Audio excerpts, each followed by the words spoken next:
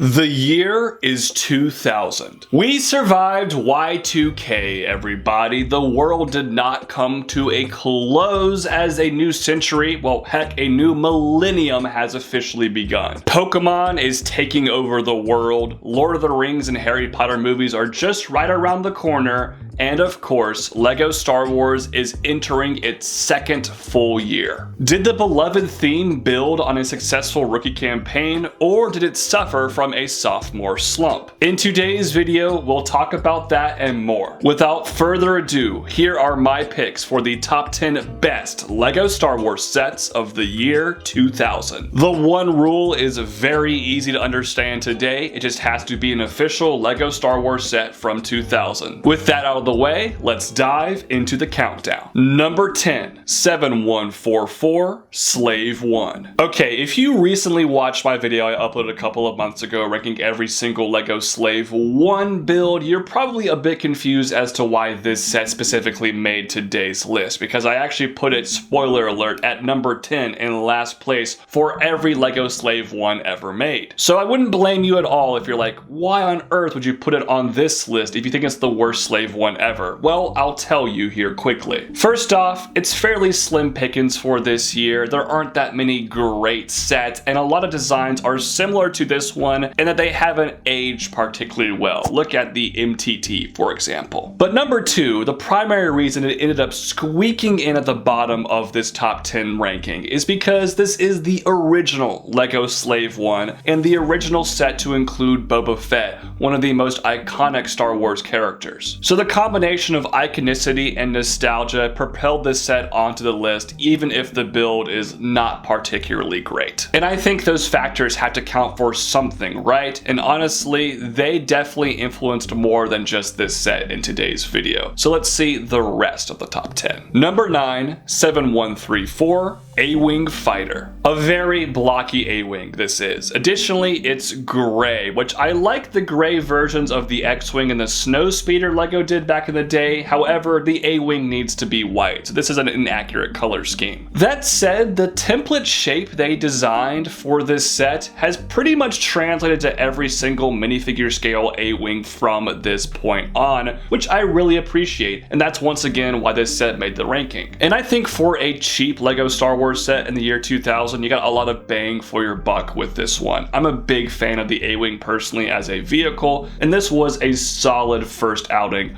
of this vehicle in LEGO form. Number 8, 7191 XWing Fighter. Okay, we've got a UCS set here at number 8. Now, the cool thing is this is the original UCS set alongside another set we'll talk about later in this ranking. The bad thing is, I think this design is pretty hideous. So like the first A-Wing and like the first Slave 1, I think the first UCS LEGO Star Wars set should get some brownie points simply for being the first of its kind and ushering in one of the greatest sub-themes in the entire history of the LEGO group. I also dig the box art style for this X-Wing. However, I think they purposely designed these box to mask the fact that the build was pretty ugly. Even by 2000 standards, I just don't think the color scheme worked out great here, and it also was the first ever X-Wing to have the primary color be white when it should be gray like the original Playscale version from 1999. You're probably also starting to catch on all the 2000 sets have not aged particularly well, but they are special in the greater history of LEGO Star Wars, which is ultimately what this list is about, highlighting some of the classic old sets. And this is a classic old set, albeit a somewhat ugly and unappealing design. Number 7, 7104 Desert Skiff. This set was $6 back in 2000. Even adjust that for inflation, it's not going to be a very expensive product. But $6 got you the Desert Skiff. The most recent version LEGO released last year in 2024 was $80. Putting that into perspective is wild to me. Getting such a cool, iconic Star Wars vehicle for $6 with two pretty great figures was just an awesome treat. The color scheme was definitely wrong. It should be more tan than brown, but they didn't really have a dark tan color at this time, so I can forgive that. And I think the build shaping is pretty good for 2000. And I'll just never get over being able to get the Desert Skiff vehicle in a decent size at that for $6. What a steal. Number 6, 7190 Millennium Falcon. I feel like I'm just repeating myself throughout today's recording, but once again, this is the original LEGO Star Wars Millennium Falcon, and being the first of an iconic vehicle, especially one like the Millennium Falcon, has to count for something, and because of that, I think this set deserves some major props. I also think using the 90s flying saucer alien type pieces was actually a pretty good choice to create the shape of the Millennium Falcon, and oddly enough, the 2004 redesign that I talked about last week in my solo ranking video that was used for 14 years with all the panels had some huge gaps this set actually didn't have, even though it was older. But at the same time, this set was littered with random colors, and the cockpit looked especially awful. I have no idea what LEGO was thinking there. So while it did have some good designs, it also had some bad designs. But ultimately, it's a classic LEGO Star Wars set and the original rendition of an iconic vehicle, which definitely means something to any LEGO Star Wars fan. But some of its shortcomings ultimately kept this set out of the top 5 for me. Number 5, 7115 Gungan Patrol. Every other set in today's video has been remade in some capacity. Most of them have been remade several times throughout the years. However, this Gungan Patrol stands tall as an original set from 2000 that LEGO has never touched again. It's still, to this day, the only LEGO mold of a Cadu they've ever done, which looks great. I love the molding here. Obviously, it lacks the painted on details we expect from LEGO creatures in the modern era, but for 2000, I think they did a really good job. The Gungan figures were really cool, the build was solid, and it was cheap at just $10. I'm a huge fan of this set. I actually reviewed this set last year to celebrate the 25-year anniversary of the Phantom Menace, and I really hope LEGO remakes this at some point. We need updated versions of everything in this set, but for 2000, this still fits in decently well with any modern display. Number 4, 7181 TIE Interceptor. For 24 years, this was the only UCS version of the TIE Interceptor LEGO had ever made until they remade it in 2024 and obviously upgraded the design and especially the color scheme. This did have the old style of LEGO TIE color scheme where it's black and blue, which is just plainly inaccurate. I've never been entirely sure why LEGO went that route for TIE fighters, and because of that color scheme, I couldn't put it any higher. However, I think it's better than the X-Wing because the shaping is much better. It's a much more clean looking design if you ask me. And despite the inaccuracies, I still think it's a good build. And if you were to swap out the colors here in 2000 for gray and black, this would have been a pretty great set. As is, it's still a solid classic UCS design that has aged a good bit,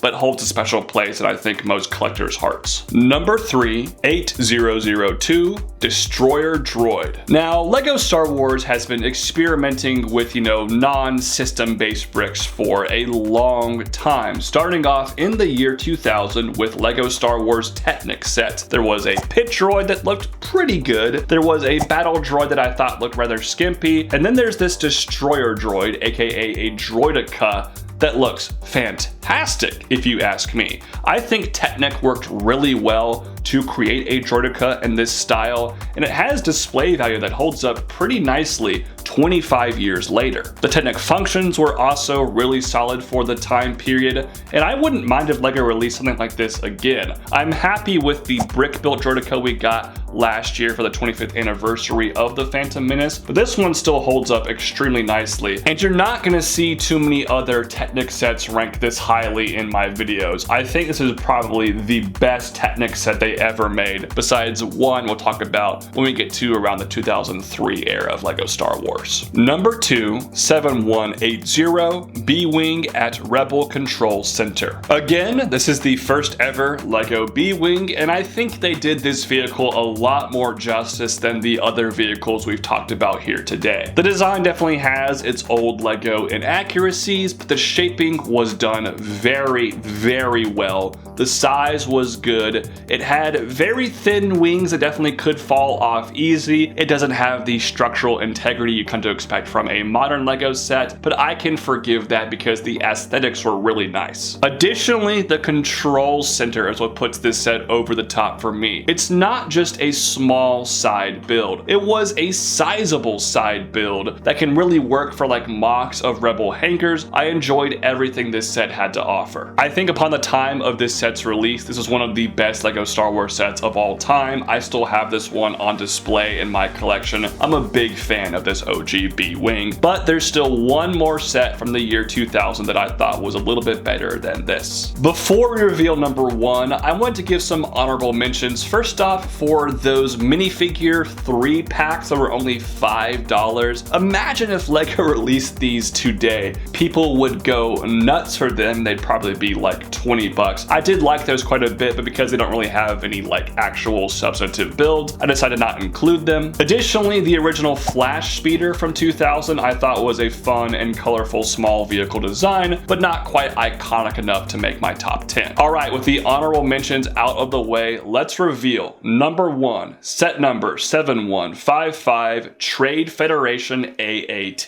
The crazy thing is that to this day, in 2025, the time of recording this video, I still think this is probably the best AAT Lego set they've ever done. And that's wild because most of these original versions have been surpassed by remakes at some point in time, if not the first remake that came out just a few years later. But this AAT stands tall. It's by far the best tan version, the Trade Federation version from the Phantom Menace, and I think it could give the 2009 rendition that's based off the Separatist AAT in the dark blue and gray color scheme a run for its money. Those big dish pieces at the front are printed and look fantastic. The shaping is wonderful, the size was great, and it was only 20 bucks upon release. This is a classic set that people clamor for still today. I think this is one of the best Lego Star Wars sets of all time, regardless of the year it came out. And honestly, most of the sets in today's video have not aged well at all. And then you have this set, which hardly looks that old 25 years later. It's been a quarter century, y'all,